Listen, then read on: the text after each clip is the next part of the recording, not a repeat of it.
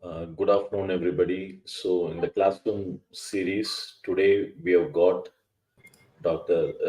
JITHUMOL Thomas, and she is consultant neuroanesthesia, neurocritical care at Caritas Hospital, Kottayam. And today she'll be talking on updates in targeted temperature management. Over to you, Dr. JITHUMOL. Good afternoon, everyone. Thank you, sir, for giving me this platform.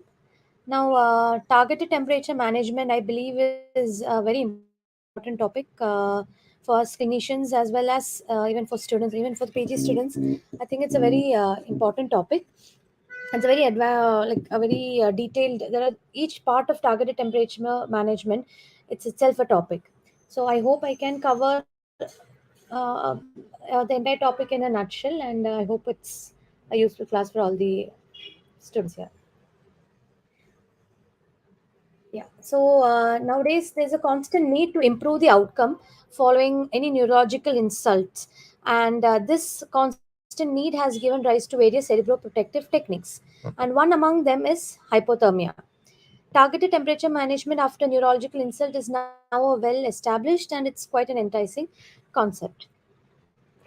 Uh, it was Dr. Temple Fay. Yeah, it was Dr. Temple Fay he was one of the initial pioneers who talked about or who published scientific papers regarding the use of hypothermia. He had published papers regarding the use of hypothermia in patients who had undergone traumatic brain injury and had found that there is a positive outcome following cooling of a patient. So, by definition, hypothermia is defined as a core temperature of less than 36 degrees Celsius. And when you say therapeutic hypothermia, it is the intentional cooling of a patient by artificial means for a specific therapeutic purpose. So, that's therapeutic hypothermia. Now, the term therapeutic hypothermia was, replaced by the term TTM, that is targeted temperature management, in 2011, following recommendations by 5 professional societies. So, since 2011, we say TTM, targeted temperature management. Now, TTM includes therapeutic hypothermia, of course, but it also includes controlled normothermia and control of fever. That is, in addition to inducing hypothermia, this also includes maintaining normothermia and controlling fever in the ICU patients. So, therapeutic hypothermia, you can divide it into mild, moderate, moderately deep, and deep hypothermia. Mild being a temperature of between 34 to 36 degrees Celsius, moderate being between 32 to 34 degrees Celsius, moderately deep being between 30 to 32 degrees Celsius, and deep being less than 30 degrees Celsius. Where do we measure our temperatures from? Moving on to the next slide.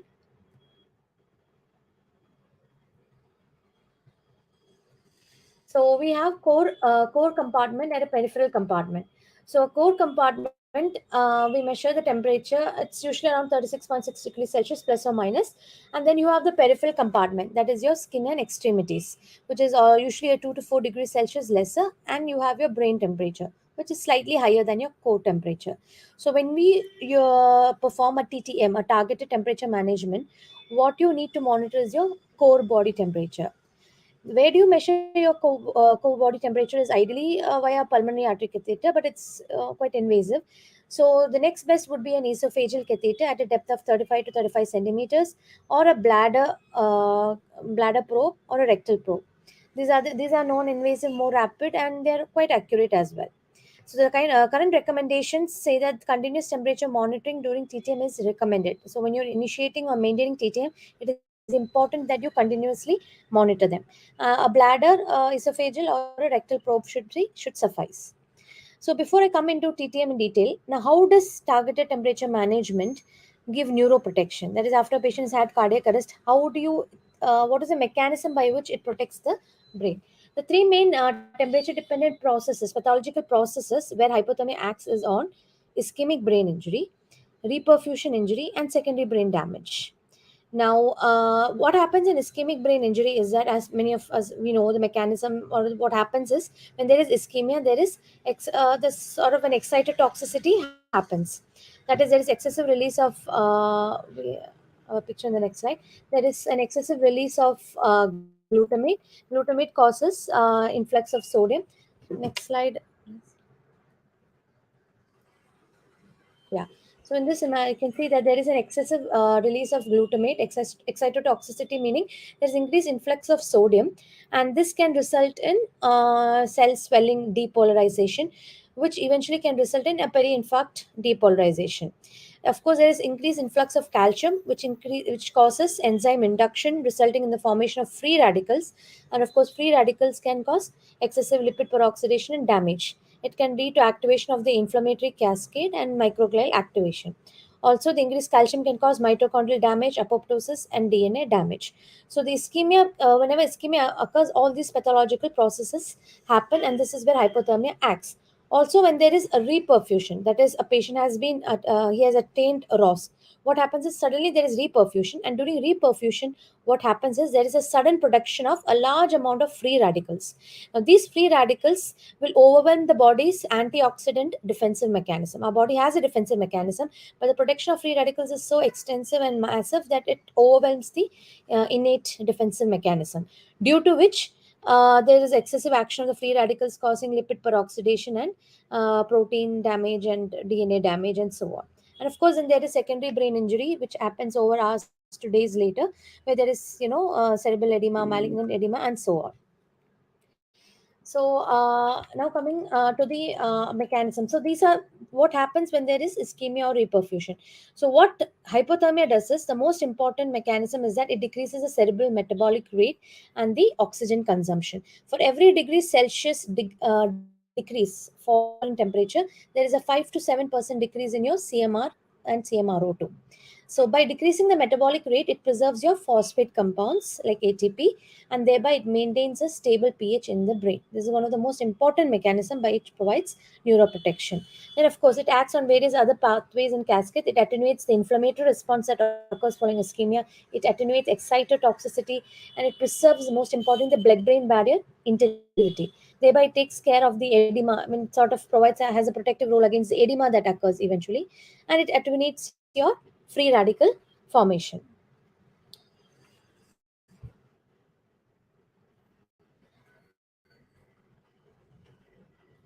So coming to the, so if you're initiating your TTM, what you need to know is what happens. Just blindly initiating your TTM will not suffice. You need to know what are the changes that can happen in the body, or per se, what are the side effects of hypothermia. So first, we'll come to the cardiovascular system. So coming to the cardiovascular system, initially when you initiate hypothermia, uh, next slide. So initially, when you start hypothermia, there is a increase in catecholamines, and this increased catecholamines can result in tachycardia, and there can be an increase in the cardiac output. But eventually, then what happens is the heart rate starts decreasing. Below 35.5 degrees Celsius, it is a sinus bradycardia, which is fine, which is acceptable. And below 32 degrees Celsius, the heart rate further decreases to around 40 to 45 beats per minute. It's usually arrhythmias are very commonly seen only when it goes below less than 30 degrees Celsius, where you might have to intervene. Cardiac output also decreases by around 25 to 40%, and the decrease in the metabolic rate is usually equal to or greater than the decrease in the cardiac output. So your heart rate decreases, your cardiac output also decreases. Then your peripheral vascular resistance also decreases. Overall, the mean arterial pressure, however, is maintained. Next slide. Yeah. So your blood pressure is usually it decreases, but the mean arterial pressure is usually maintained. ECG changes are seen that there is an increase in the PR interval, there's widening of the QRS complex, and there can be the appearance of the Osborne or J wave.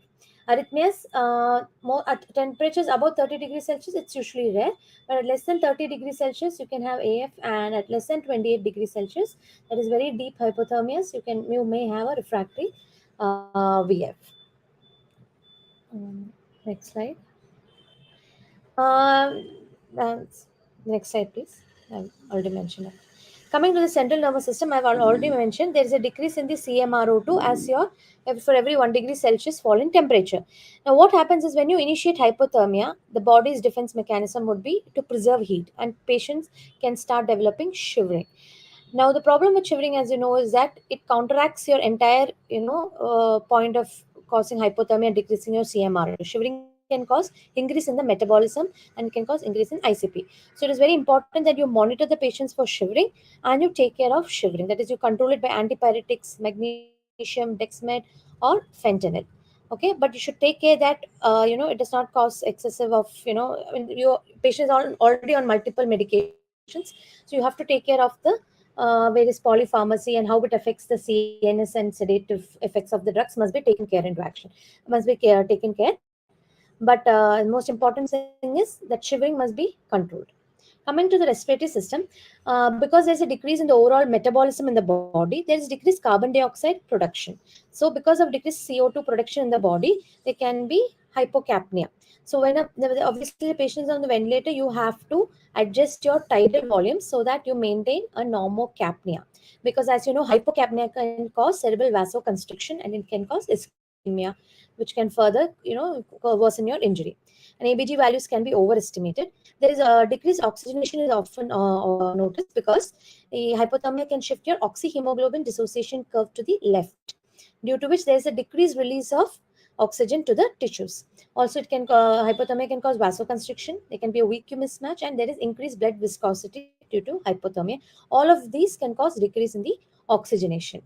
And take care, there will always be a hypocapnic picture will be seen on your ABG. Coming to the next system, next slide, please. Yes, infections. That is a very, it's a matter that we have to take care, because once you induce hypothermia, as I said, it attenuates your inflammatory cascade and the immune functions are impaired. So patients they're at higher risk of developing infections and pneumonia. Nosocomial pneumonia will occur in more than half of the patients who are hypothermic for more than 7 days. Wound healing is delayed, and there is also risk of development of bed sores. So it's usually seen when hypothermia is given for longer periods of time. So whenever the patient is you're giving TTM, ensure that you take care of infections, and ensure you keep checking if the patient is developing any infections. Check for bed sores, any skin breakdown. All this should be closely monitored. Infection is a common complication and a dreaded complication of such patients. Next slide.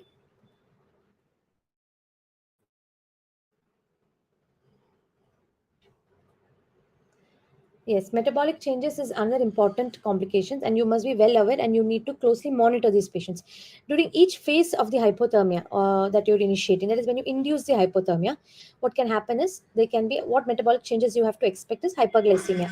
There is often decreased release of insulin from the pancreatic cells. There is insulin resistance, due to which patients can have hyperglycemia. So you have to be careful about that. At the same time, there can be hypokalemia. Hypokalemia is mainly because there is something called as cold diuresis that happens, due to which there can be loss of potassium ions, as well as there can be an intracellular shift of the potassium ions. So when the patient has hyperglycemia and we try to aggressively manage it with insulin, be careful, because patients have a propensity to develop hypokalemia also. So when you're giving insulin, take care of the hypokalemia part as well. There can be hypophosphatemia and hypomagnesemia. All this can result in cardiac abnormalities, muscle weakness, which can result in difficulty to wean the patient. So take care of these parameters. And once you start rewarming the face, the opposite happens. Patients can develop hypoglycemia. They can go into hyperkalemia. That is, the intracellular potassium ions start coming out, due to which they can have hyperkalemia. So it's very important that you monitor the blood sugars, electrolytes, and the volume state of the patients. ABG, I mentioned before, when you're taking ABG in these patients, make sure that you compensate for the hypothermia, because patients will appear to have a respiratory alkalosis. The metabolism is less because of that. Coming to the next slide. Renal system, I'd already mentioned there is cold diuresis and electrolyte disturbances. Maintain the plasma volume. It is important to maintain plasma volume. Hematological hypothermia can cause coagulopathy and platelet dysfunction. That is another complication. They can have coagulopathy, but not unless you can just have to closely monitor it, but just keep an eye over it. The main issue that happens is the effect of hypothermia on drug metabolism and clearance. Now, in hypothermia, the metabolism and clearance of drugs from the body is slow. Patients will be on multiple drugs, and especially if they are on drugs with a very narrow therapeutic window, you have to be very careful. They can have increased serum levels of such drugs. Even the actions of drugs that the patient is on, okay, there will be prolonged. Patient will be on multiple anti-epileptics and other neuroprotectives. They can have prolonged action. So that's why you always remember that the clearance of drugs from the body is slow. There can be a prolonged action, and that is why once hypothermia is initiated, when you neuroprognosticate these patients, you have to wait for at least 72 hours, or we wait for the entire action of the drugs to be cleared from the system, because hypothermia can cause delay in the clearance of the drugs. Coming to the next slide. So this is just a nutshell of what are the complications and the side effects of hypothermia: cardiovascular system, coagulopathies, dyselectrolytemias, the increase in risk of infection, surgical site, as well as nosocomial, endocrine, hypoglycemia, shivering, which has to be managed, and delayed clearance of drugs. So this was just a nutshell of all the effects of hypothermia. Now, coming to the next slide. Phases of hypothermia. So how do you go about? So first you have the induction phase, followed by maintenance phase, and followed by the rewarming phase. So coming to the next slide, in the induction phase, what happens is that try to achieve the target temperature. Whatever is the target that you want to achieve, is it 34 degrees Celsius, is it 33 degrees Celsius? You achieve the target as fast as quickly as possible. That is around 30 minutes or so. So during this phase, it is fast and rapid. There can be a lot of metabolic changes. Okay, and you have to closely monitor the patients. In maintenance phase, what happens is whatever is the target temperature, once that temperature has been attained, you maintain the patient at that target temperature for a duration of time. It can be 24 hours, 48 hours, or longer, with minimal fluctuations during that period of time. You maintain, and that is a very important phase of targeted temperature management. That is to maintain the target temperature for the desired amount of time. Next slide. How long you maintain that phase depends. There are It's not very well defined, but yes, when it comes to out of hospital cardiac arrest, that is in patients who remain comatose even after achieving ROSC after an OHCA, such patients, the current guidelines say that patients should be cooled to a temperature of 32 to 34 degrees Celsius within 2 hours for a period of 12 to 24 hours. That is, up to 24 hours is the time that we say that the patient should be cooled after a cardiac arrest. In neonatal hypoxic ischemic encephalopathy, a target temperature of 33.5 to 34.5 degrees Celsius is recommended. That is within 6 hours of birth and for a period of 72 hours. That is the risk. Now, when you come to therapeutic hypothermia for refractory intracranial hypertension, that is in patients with raised ICP or gross global cerebral edema, and they're not responding to this tier 1 and tier 2 therapies, such patients you can start, if they're refractory you can start it later, but it has to be given for longer duration, that is 48 hours to even 10 days, because a premature termination of hypothermia in such patients can cause a rebound increase in your intracranial pressure. So based on each scenario, the how long you have to maintain the hypothermia varies, and during that time it is very important that you avoid major fluctuations in temperature, rather maintain the temperature. Coming to the next slide. Now, then finally, you have the third phase, that is a rewarming phase. That is, after the desired period of time, you slowly start rewarming the patient to your near normal temperature. Okay, that can be done passively or actively. Passively means you just stop the cooling devices or whatever you have done to cool. Actively is that whatever devices you are using to cool the patient, now you adjust the temperature so that the patient is slowly rewarmed. Okay, that is actively you're trying to rewarm the patient. Now it has to be done very slowly, because rewarming is another phase where there are a lot of complications and hemodynamic effects, because rewarming can cause vasodilatation, patients can have hypotension, and so on. And the rate of rewarming should be very slow, zero point 0.1 to zero point 2 degrees Celsius per hour. And in patients with post cardiac arrest, they say around 0.25 degrees Celsius per hour can be targeted. So it takes around 48 hours to completely rewarm the patient to a near normal temperature. It has to be done very slowly. Coming to the next slide. So this is basically a nutshell. Induction is you achieve the maximized speed of cooling, and preferably within 30 minutes. Watch for shivering, coagulation abnormalities, electrolyte disturbances, especially hypokalemia. And that is why they say during the induction phase, it is better that you target a potassium of around 4. It's not any recommendation, but literature does say that if a potassium of 4 is there, then it provides a safety against this hypokalemia that can happen. There can be hyperglycemia, metabolic acidosis, diuresis. Then the maintenance phase, that is, you maintain that temperature with minimal fluctuations for 24 hours or more, depending on your indication. If is it for hypoxic ischemic encephalopathy, is it in neonates, is it for intracranial hypertension, depending on that. Okay, so during this phase, you have to watch out for any infectious complications, any burns, especially if you're using all these devices to warm the patient. Make sure that there is no skin, burns and dermal irritation. Take care of the skin basically, and of course watch for the altered drug metabolism. The clearance may be affected of various drugs, so that should be monitored during the maintenance phase. During the rewarming phase, as I said, it should be done very slowly, zero point 0.1 to zero point 0.2, or in case of cardiac arrest, 0.25 degrees Celsius per hour. During this phase, what happens is there is vasodilatation. So when there's vasodilatation, at this point it is very important.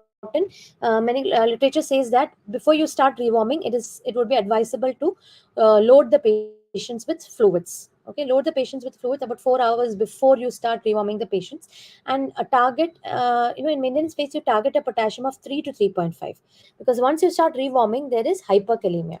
So in during induction, potassium of a slightly higher potassium you can target, while during rewarming or just before you start rewarming, slightly target a lower potassium, because to give a buffer gap for the hyperkalemia which might occur. And load the patients with fluids, so that there isn't a severe hypotension and volume loss. And of course shivering also happens, and ensure that you do not cause hyperthermia in the patient. You have to rewarm the patient to a near normal temperature. Don't over rewarm the patient and cause fever or hypothermia. That itself has its side effects. Coming to the next slide. Yeah, this is the same thing, how it happens slowly during the maintenance phase, what all happens, and once you rewarm, what happens. Okay, so coming to the next slide, I think now we'll move on to what are the cooling techniques. Uh, I'm not going to talk in detail about it, but I'll just mention that you have conventional cooling. Many of us, those might be practicing conventional cooling. That is, we can give cold saline infusions, and you can keep ice packs. Ice packs can be kept in the axilla or the groin. Yes, it is easy to do it, but it's labor intensive. You need to keep replacing these ice packs. You have to monitor the skin and so on. Then you have your surface cooling. That is a second option. Surface cooling, you have basically your blankets or wraps or pads that are used to cover the patient's body. And here in these blankets or wraps, you will have air or water that is circulating, which is cold for cooling. So a target temperature will be set on that machine, and like 34 degrees Celsius, and the water circulating or the air circulating through these blankets or wraps will have a temperature that is set on the machine. And then it has an auto feedback mechanism as well. Okay, so it will detect what is the patient's temperature and keep altering the temperature of the water accordingly. Then you have your core cooling. Core cooling is, you have intravascular catheters. Intravascular catheters are placed into a central venous axis. They have balloons, and they have an extracorporeal cooling machine. So cold saline is passed through these catheters, and this cold saline keeps circulating in the patient's body in a closed loop, from the body to the machine and back. Like that, it keeps circulating, and patient is maintained at a target desired temperature. And then you have selective cerebral cooling as well. Coming to the next slide. So each of these cooling techniques have their pros and cons. Conventional cooling, I already mentioned about that. Coming to the next slide. Surface cooling. Next slide. Surface cooling, yes, you have to take care that that, like, it has disadvantage. It can cause skin burns and so all that, and you have to be careful. It can cause shivering. Now, surface cooling and conventional cooling, you have to take care that patient might develop shivering. So what you need to know, these patients need to be sedated, or sometimes in severe cases even paralyzed. So you have to take care of what the sedative effects of these drugs can do to the patient's hemodynamics and overall state of the patient. But when you come to core cooling, the advantage is that shivering is sort of very minimal. You don't get, the shivering is not there, so you don't have to give sedatives or other mechanisms to negate the shivering. And the best among all these would be, of course, your core cooling device, because in core cooling devices you are able to you can attain your target temperature very fast, and you can maintain that target temperature almost near perfectly, unlike conventional cooling and surface cooling. So this is one of the surface cooling devices, blanket roll, where you can see that there is patient is covered with like a sheet, like a blanket through which water circulates, and you can decide what is the desired temperature, whatever it is. You can set it into the machine, and it will keep circulating water. And it has an auto feedback mechanism. There'll be a temperature monitoring of the patient is also fed into the system, and it will be connected to this machine, and it will detect what is the patient's temperature and adjust the temperature of the water circulating. Next you have other devices such as Arctic Sun. An Arctic Sun, it's not a blanket. What you have is a pad, a hydrogen coated pad, that it, by means of a vacuum kind of effect, it will adhere to the patient's skin. Now that also will have water which is circulating through it, which is temperature controlled, and it is basically through conduction. While your blankets are through convection mechanisms, these pads, hydrogen coated pads, are through conduction through the skin. So next you have, next slide please, intravascular cooling catheters. Intravascular cooling catheters, they, as I said, what happens is there is a closed loop of circulating cold saline, and it will extract the heat. This cold saline which is circulating through the body will extract heat from the patient's blood, and thus it will lower the patient's body temperature. This system also has an auto feedback temperature which is integrated. So cooling is quite, the rate of cooling is rapid, and the temperature can be maintained within a narrow range of plus or minus zero point 0.5 degrees Celsius. The variations and fluctuations are quite minimal with intravascular cooling catheters. Coming to the next slide. And so, okay, so now you have selective cerebral cooling mechanisms, in which you have non-invasive and invasive. Now, non-invasive, you have forced air, you have helmets or caps, which can be used for selective cerebral cooling. In adult patients, it has not been found to be very useful. Not very useful, because this sort of superficial brain parenchyma, it can cool. That's it. A core brain cooling is not usually attained. But in neonates and infants with hypoxic ischemic encephalopathy, this cooling helmets have been found to be useful. And then you have transnasal devices, where a mixture of oxygen with a liquid coolant is injected through a device. As you can see in the picture, it's like nasal prongs like that. You can put, and this machine will give a mixture of liquid coolant and oxygen into the patient's nasopharynx, and that will help in a selective cerebral cooling. So then you have other invasive methods as well. That is, they're still under exploration. That is injecting cold saline or blood into an extracranial ICA. We call that as an intraluminal anterograde cerebral perfusion. Then you have retrograde venous perfusion, extraluminal cooling of the extracranial carotid artery. So all these methods are still under exploration. These are some of the newer ones: selective cerebral cooling, invasive and non-invasive methods. Coming to the next slide. So, what which method is the best? Of course, the best would be your intravascular cooling methods. Studies have also shown that intravascular devices, also water circulating cooling devices, and gel coated external devices are equally efficient. That's what one of the literature has shown, as compared to air circulating devices such as your bear hugger or other conventional cooling methods. Water circulating devices and gel coated external devices, and of course, intravascular devices are quite better. Intravascular devices are definitely better because temperature is maintained much better with these devices. So now coming to the next slide. Now, so now we will come into the clinical application. So we now know what is therapeutic hypothermia. We know what is the mechanism of action. We know how it acts, and we know how you go about it. How do you induce it, or how do you maintain it, and how do you rewarm the patient, and what are the complications that can occur during each phase, and what you have to take care of, and what are the devices. You have conventional surface cooling and core cooling techniques, and latest ones you have cerebral cooling and so on. So how do you clinically, in which all scenarios do you apply it, or how is it useful clinically? First, coming to the post cardiac arrest scenario. Next slide please. So in the post cardiac arrest scenario, it was two landmark trials that was published in the NEGM, that is the New England Journal of Medicine. Next slide please. So these two landmark trials, that is a HACA trial, hypothermia after cardiac arrest, and then you had a study by Bernard et al. These two trials in 2001, which was published, sort of revolutionized the use of therapeutic hypothermia in clinical settings. Till then, yes, you had scientific papers being published. There were, randomly here and there were studies and case series.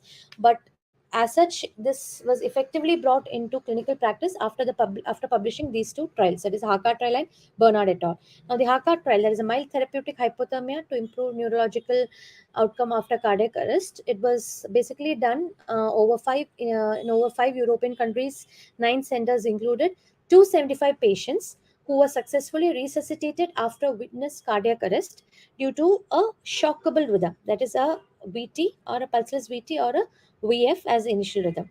These were the patients in whom this cooling was started. I mean, patients were randomized into cooling and normothermia, hypothermia and normothermia group. Surface cooling was used to maintain a temperature of 32 to 34 degrees Celsius for 24 hours in the hypothermia group, followed by rewarming over 8 hours. The outcome, what they assessed, was a favorable neurological outcome at 6 months. Well, this study what it showed that there was a favorable neurological outcome.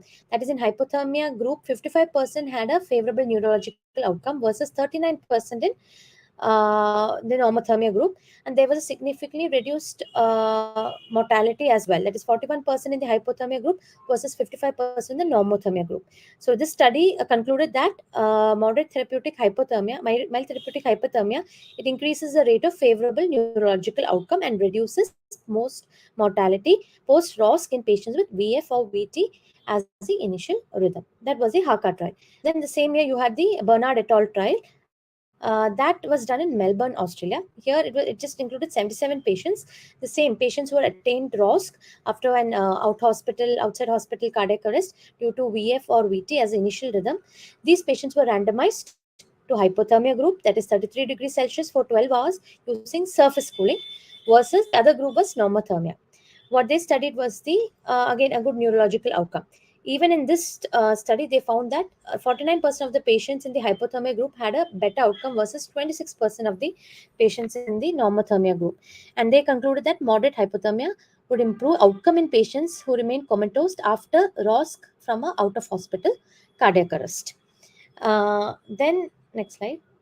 And so these were the initial two trials that following this, there was a Cochrane review that included 5 RCTs. Of course, you have your Haka and your Bernard et al. Then you had some other trials, like Hakimi and Idrisi trial in 2011, 2001, Laurent et al., Mori et al. So overall, the Cochrane review reviewed 481 patients, and based on that review, it was advised that mild therapeutic hypothermia in patients with ROSC after cardiac arrest seemed to improve the survival and neurological outcome. So it was a favorable therapeutic intervention which may be done in patients who have attained ROS can still remain comatose. Next slide. Now, following these three trials and the Cochrane review, it became a class 1 recommendation. However, eventually, when the analysis and deep analysis of these studies were done, of course, there were limitations. Limitations being that the treating physicians were not blinded. Then there was no standardized neuroprognostication or withdrawal of care protocol. So it was found that in many of these patients in the normothermia group, a premature withdrawal of care was done. So that could have confounded the results. Also, in the Haka trial, it was found that the mean temperature in the normothermia group patients was 37.5 degrees Celsius. So there was a question that was the better outcome in hypothermia group because of the adverse effects of hyperthermia in the normothermia group, because the mean temperature was high, it was 37.5 degrees Celsius. So the better result in hypothermia could have been because of the increased temperature in the other group, not exactly because of hypothermia's good effects. Or the other limitation was that most of the study not most all of the studies, there was no representation of in hospital cardiac arrest.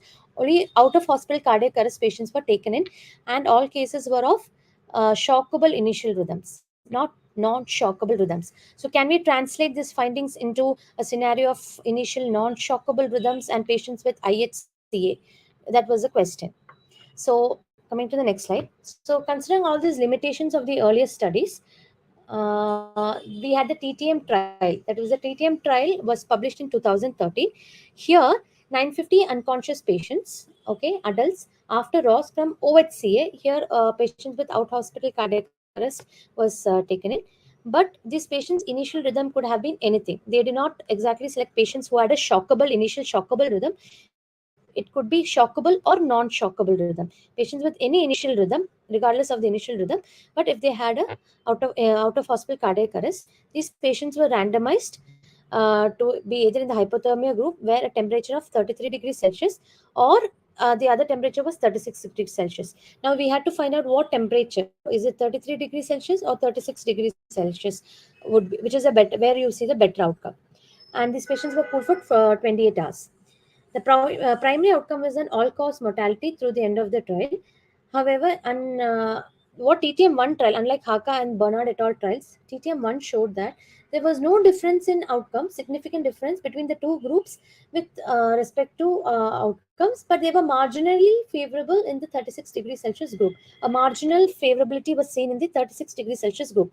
That is, they found that if you cool the patient to 33 degrees Celsius, there isn't a difference in the outcome as just maintaining a 36-degree Celsius.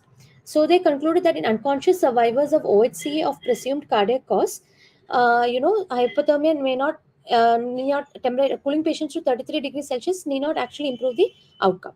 So this is basically a nutshell of the trials. Haka and Bernard, both these studies showed that there was a favorable outcome, but the TTM1 trial in 2013 showed that there was no favorable significant difference in outcome in 33 degrees Celsius or 36 degrees Celsius. So that was in 2013. Next slide. So following after this, then we had the TTM2 trial. Now TTM2 trial was in 2021. Now this study, you can see that it's got a large number of patients, 1,861 adults with coma after OHCA of presumed cardiac or unknown cause. Here also they took patients with initial shockable rhythm or non-shockable rhythm was okay, but patients with OHCA, 1,800 patients with OHCA was randomized, and into hypothermia group was temperature of 33 degrees Celsius. Normothermia was less than 37.8, and its patients were maintained normothermic. And what they found out is that in the you can see there, death at 6 months, hypothermia group is 50%, in normothermia it is 48%. Actually, more complications were seen in the hypothermia, slightly more, may not be significant as such. Then poor functional outcome, as you can see, both in hypothermia and normothermia group, both were 55%. So what it found out about TTM2 actually said that targeted hypothermia did not actually lead to a lower incidence of death, and there was no difference in the overall functional outcome at 6 months. So just like TTM1, TTM2 also was suggesting that there is no difference in outcome in patients, with hypothermia as such, as long as normothermia was maintained. So coming to the next slide.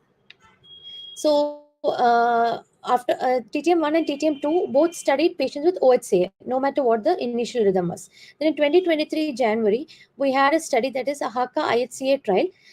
This studied patients who with coma who were resuscitated from an in-hospital cardiac arrest, not a out-hospital cardiac arrest, but in-hospital cardiac arrest. In-hospital cardiac arrest, usually the prognosis is usually better because patients are in hospital. They are sort of you find the patients earlier. You have an expert team, expert medication facilities and machines. Treatment is patients receive treatment faster. Okay, so recognition and treatment is fast in IHCA, so you expect it to have a better outcome. So this trial, ACA IHCA trial, studied patients with coma who were resuscitated from an in-hospital cardiac arrest.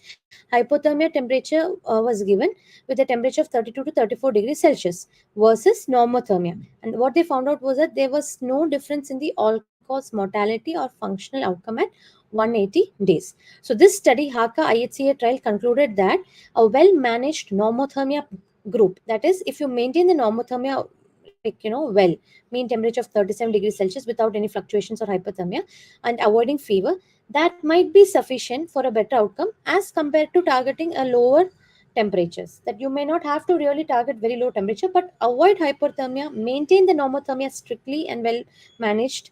That should be that should suffice for a better outcome in patients. And this results were similar to the findings to your 2021 TTM2 trial, same as in TTM2 trial.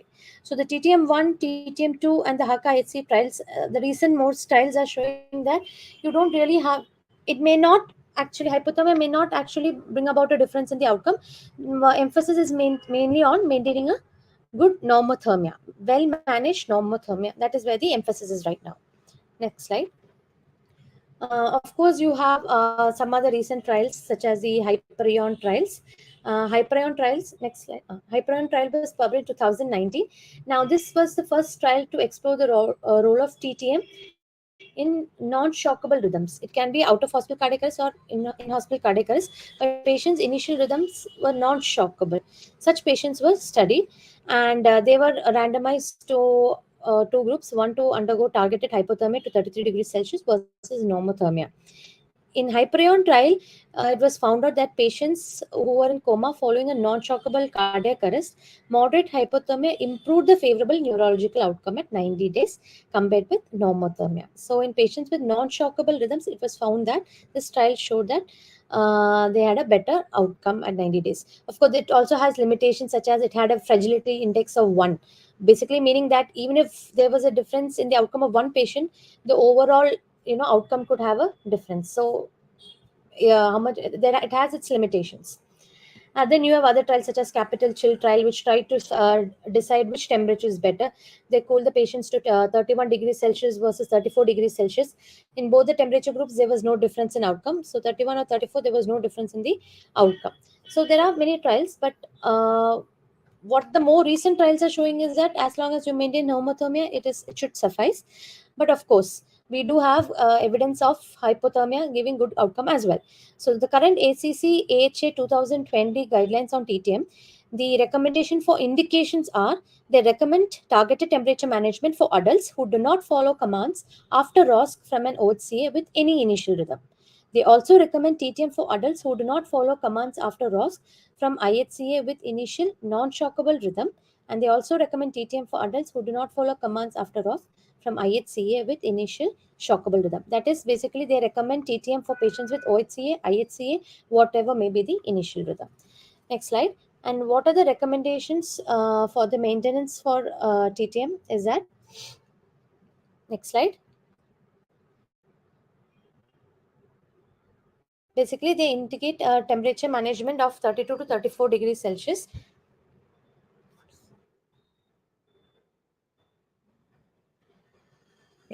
A temperature of they basically they give importance to maintaining a constant temperature between 32 and 36 degrees Celsius, and for at least 24 hours. And it is very important to actively prevent fever in these patients after TTM. And they do not recommend the routine use of rapid infusion of cold IV fluids for any pre-hospital cooling of patients after ROSC. Pre-hospital cooling is not routinely advised as per the ACC guidelines. Coming to the next slide.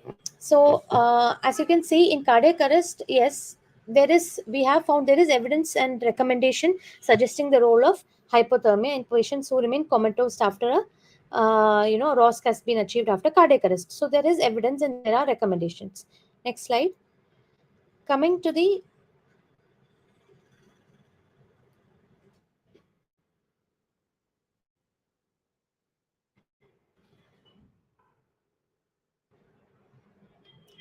uh, slides are not, yeah. Next slide.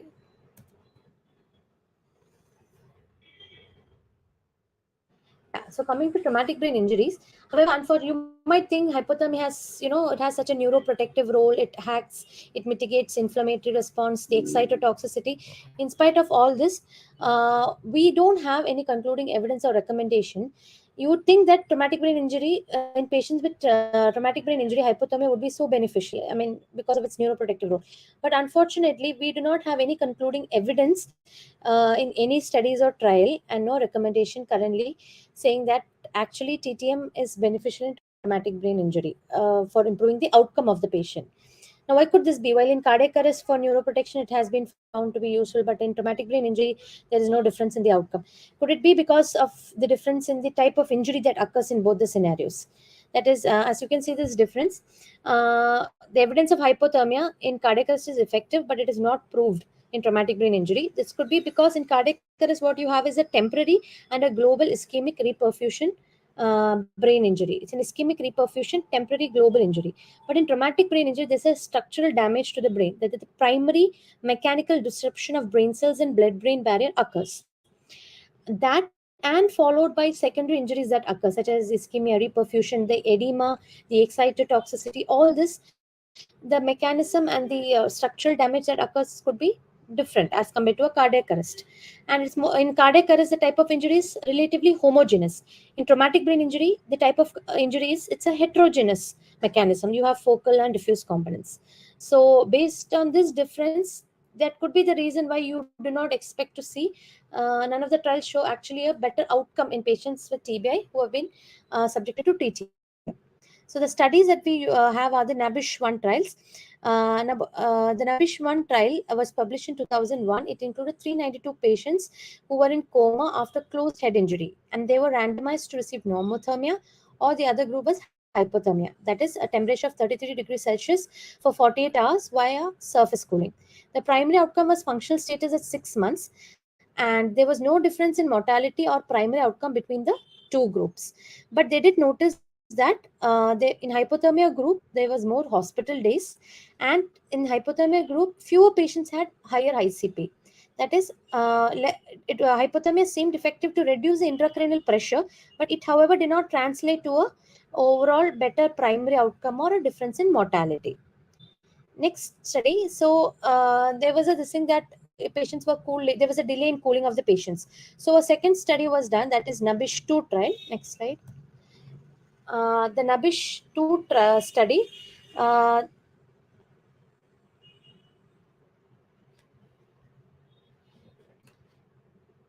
Next slide.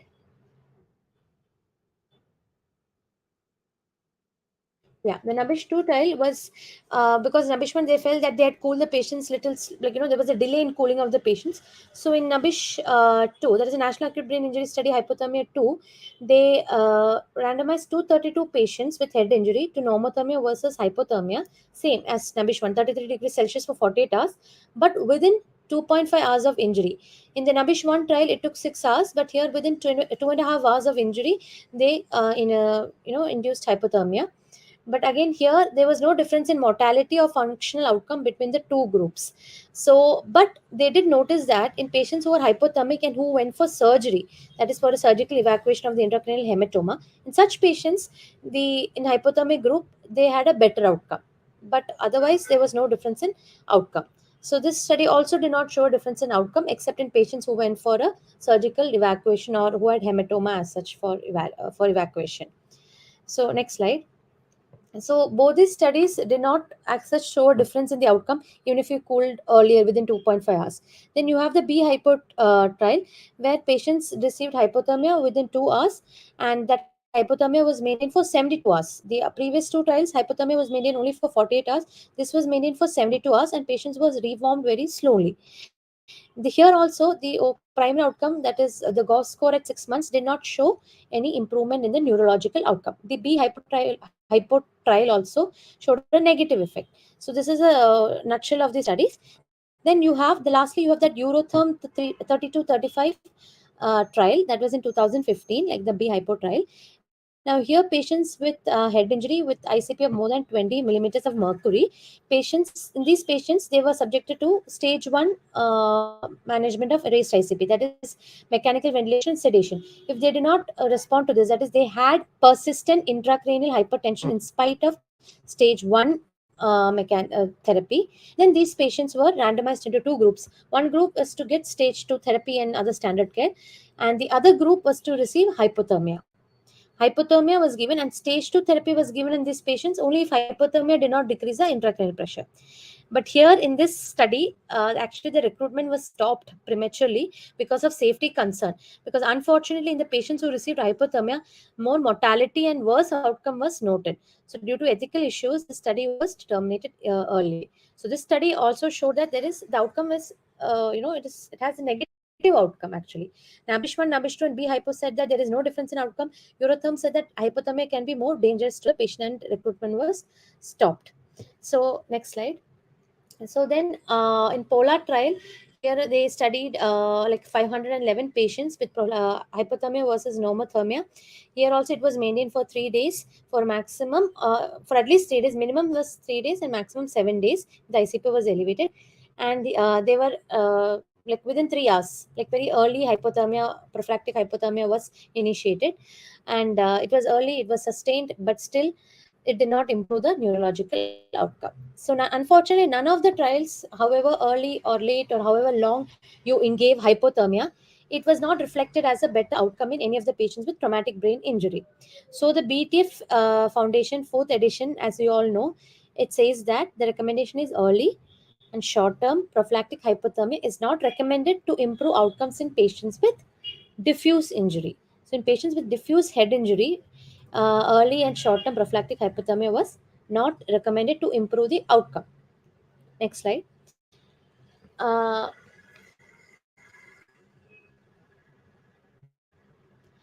So, what is the bottom line? I mean, in patients with gross image, so do we give hypothermia or do we not give? Of course, there is no evidence, conclusive evidence saying that it will improve the outcome in the patients. Maybe in patients with, a focal lesion such as a hematoma or so, you can try, hypothermia, and then the patient goes for surgery. There might be some role of it, but as such, therapeutic hypothermia in other scenarios in traumatic brain injury, it does not improve the outcome. However, it has been found effective in reducing the intracranial pressure. It may not translate to an overall outcome, but it can be used to decrease the intracranial pressures, especially in patients with refractory intracranial pressures, gross and severe cerebral edemas. You can try therapeutic hypothermia. But the thing is, you have to maintain it for prolonged period of time because the secondary brain injury occurs hours and days later. So you need to maintain the therapeutic hypothermia for a long period of time, and you have to carefully monitor the patient for the side effects.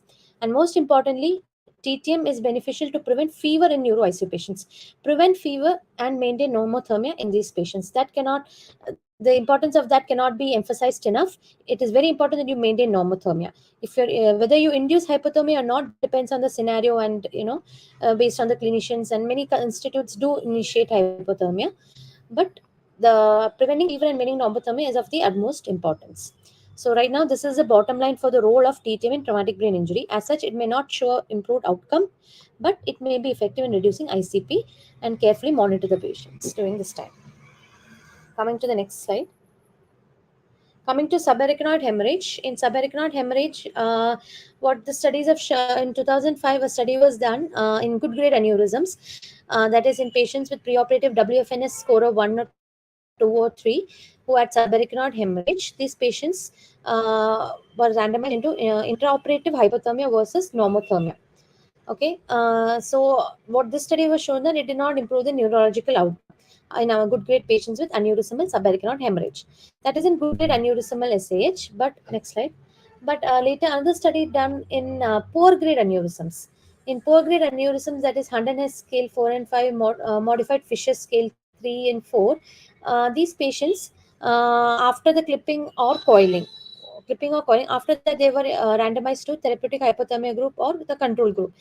And these patients, it was said that at 3 months, there was a 54.5% of the patients in therapeutic hypothermia group had a better outcome as compared to 9 patients in the control group. So in patients with poor grade aneurysmal SH, a mild therapeutic hypothermia can be safely used. So in poor grade, there may be a role for therapeutic hypothermia. Coming to the next slide. In intracerebral hemorrhage, mild therapeutic hypothermia is being explored as one of the viable therapeutic strategies.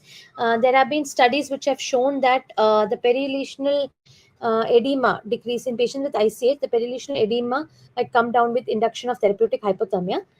Next slide. There is a trial, a CI and CH trial, which is being done in the case of patients with intracerebral hemorrhage. Next slide. That is cooling in intracerebral hemorrhage trial. It is a German-Austrian clinical trial. The results are yet awaited. 50 patients with large primary intracerebral hemorrhage of the basal ganglia or thalamus. These patients, within 6 to 18 hours after the onset of symptoms, are randomized to receive therapeutic hypothermia for 8 days versus conventional temperature. The primary endpoint would be to see any perihemorrhagic edema and the mortality after 30 days, and secondary endpoints being in hospital mortality and functional outcome. However, the results of this trial is actually yet awaited. Next slide. Now, coming to the next slide, ischemia and stroke. So, what the role of therapeutic hypothermia in patients with ischemia? So, you have the ICTUS L trial, that is intravenous thrombolysis plus hypothermia for acute treatment of ischemic stroke. This was published in 2010, where 59 patients within 3 hours of ischemic stroke received IVT thrombolysis, IV thrombolysis, and following which they were subjected to 24 hours of endovascular cooling to 33 degrees Celsius, followed by rewarming, versus normothermia. The primary outcome was the incidence of a serious adverse event. Basically, they were trying to see if it is safe to give hypothermia, endovascular hypothermia, in patients who received TPA, that is thrombolysis. Any hemorrhagic complications or so was there. As such, there was no difference in the outcome as with respect to adverse neurological outcome or mortality in patients who received hypothermia versus normothermia. So it demonstrated the safety and feasibility of endovascular cooling along with thrombolysis after stroke. Thrombolysis, of course, you have to give after stroke if it follows the criteria, and along with that, endovascular cooling may be initiated. That is what this trial sort of concluded. Next slide. Next, we also had an ICTUS 2 trial. In that ICTUS 2 trial, it was published in Stroke in 2016. Here, patients received endovascular cooling, and MRS score was seen at 3 months. Now, this study actually, because of various reasons, this study was terminated earlier because there was lack of funding. Also, during this period of this trial, in terms our interventional mechanical thrombectomy came into the picture, and it was became a recommendation for all patients who were found eligible. So that emphasis was diverted to that. So this trial was sort of prematurely stopped. But how much ever they studied, they realized that there is no difference in outcome, and but the incidence of pneumonia may be slightly higher in the hypothermia group. So that was ICTUS 2 trial, which showed that hypothermia may be given, but it could be safe and feasibly given in patients with acute ischemic stroke who are treated with thrombolysis. Next slide. And the EuroHype trial, this was an international multi-center trial where 1,500 patients 18 years or older with acute ischemic stroke and NIHs of 6 to 18 were randomized to receive hypothermia, that is a target body temperature of 34 to 35 degrees Celsius, and maintained for 24 hours with a surface or endovascular technique versus normothermia. Now, this study also was terminated early because of slow recruitment and lack of funding. But till how much ever they did study, they found out that there was no difference in the outcome. So again, these two trials say as such a difference in outcome was not shown with hypothermia in stroke patients. But of course, coming to the next slide, there are schools of thought saying that in patients with malignant MCA infarct, in such patients, to reduce the intracranial pressure, you may try hypothermia. But as such, at the AHA ASA 2018 recommendation says that it is a sources of hypothermia should be identified and treated. Antipyretic medication should be administered to lower temperature. That is again, avoid hypothermia, treat hypothermia, maintain normothermia. Any benefit of induced hypothermia for treating patients with ischemic stroke is not well established. There may be a role. Certain studies and certain trials are showing that in malignant MCA, in fact, to reduce ICP, you might try it. But as such, the role is not well established. Next slide. Then, of course, you have patients with seizures. In patients with seizures, as such, the role as such is again not well established. Multi-center trial was done, which included 270 critically ill patients with convulsive status epileptics. This was published in 2016, and this trial showed that induced hypothermia along with standard care was not associated with a better 90-day outcome than standard care alone. So even in seizures, as such, hypothermia is not found to have a better outcome along with standard care. Next slide. Then, of course, you have patients with spinal cord injury. The American Association of Neurosurgeons and Spinal Surgery Joint Sections, they suggest that there is not enough evidence to recommend for or against the practice of therapeutic hypothermia as a treatment for spinal cord injury. Next slide. And then there is one place where hypothermia may be, other than cardiac arrest, of course, another area where hypothermia may be useful and has been found is in hypoxic ischemic encephalopathy. Okay, because in hypoxic ischemic encephalopathy, especially in neonates, adults we know post cardiac arrest, if they have developed hypoxic encephalopathy, there may be a role in neonates who are born with HIE. Okay, a recent Cochrane review, that is 11 RCTs. Next slide, please. 11 RCTs were studied, and 1,500, over 1,500 neonates in term as well as preterm neonates were studied in this Cochrane review. And this showed that therapeutic hypothermia is beneficial in term and late preterm newborns with hypoxic ischemic encephalopathy. It found that the cooling reduces mortality without increasing any major disability in survivors. So it was hypoxic ischemic encephalopathy in neonates is an area where it has been found that hypothermia may be beneficial. It reduces the mortality, and it's found to be beneficial. So next slide.